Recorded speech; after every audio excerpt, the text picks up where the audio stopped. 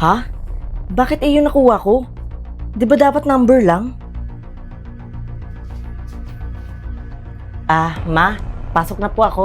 Teka, ano yung nasa leeg mo, anak? Wala to, ma. New fashion po. Ano nga palang nakuha mong number, anak? 5 po, ma. Okay na rin yan, anak. Sige po, ma. Papasok na po ako, ha. Sige, anak. Uy, Besh, 8 yung nakuha kong number. Wow, ang taas, Besh, ha. Ikaw, Besh, ilan ang nakuha mo? 5 eh. Ay, ganun ba, Besh? Besh, patingin naman ako. Sige, mamaya ipapakita ko sa'yo. Tara, pasok na tayo. Sige, tara. Sandali, saan ka pupunta? Papasok po. Bakit po? Pumunta ka ngayon sa gym para ma-check yung nakuha mong number. Ha? Sige po. Tara na, bilisan mo. Uy, dito yung mga nakakuha ng number 11. Oy, dito naman yung mga number 5. Oo, God, niyan ay pag inapura. Grabe, may nakakuha daw ng letter. Sino kaya yun? Oh my God, talaga ba? Oo, sabi. Patingin ako ng number na nakuha mo, Iha. Sige po.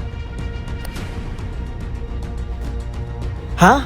Ikaw yung nakakuha ng letter? Hala, siya pala yung nakakuha ng letter? Siya pala yung tinutukoy. Wait, sandali lang po. Mao daw, siya to. Hindi ako masamang tao. Kabaho si Miganghaw. Iya, bilisan mo. Sumama ka sa akin.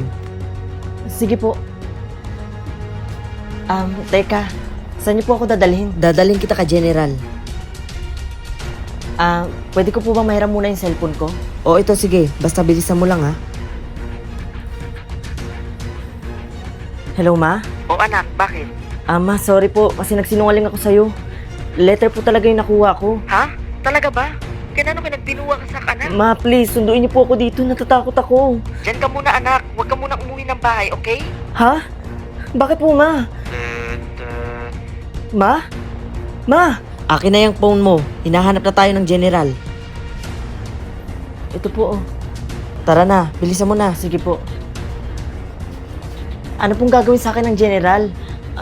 Papatay niya po ba ako? Doon mo na lang malalaman. Bilisan mo na.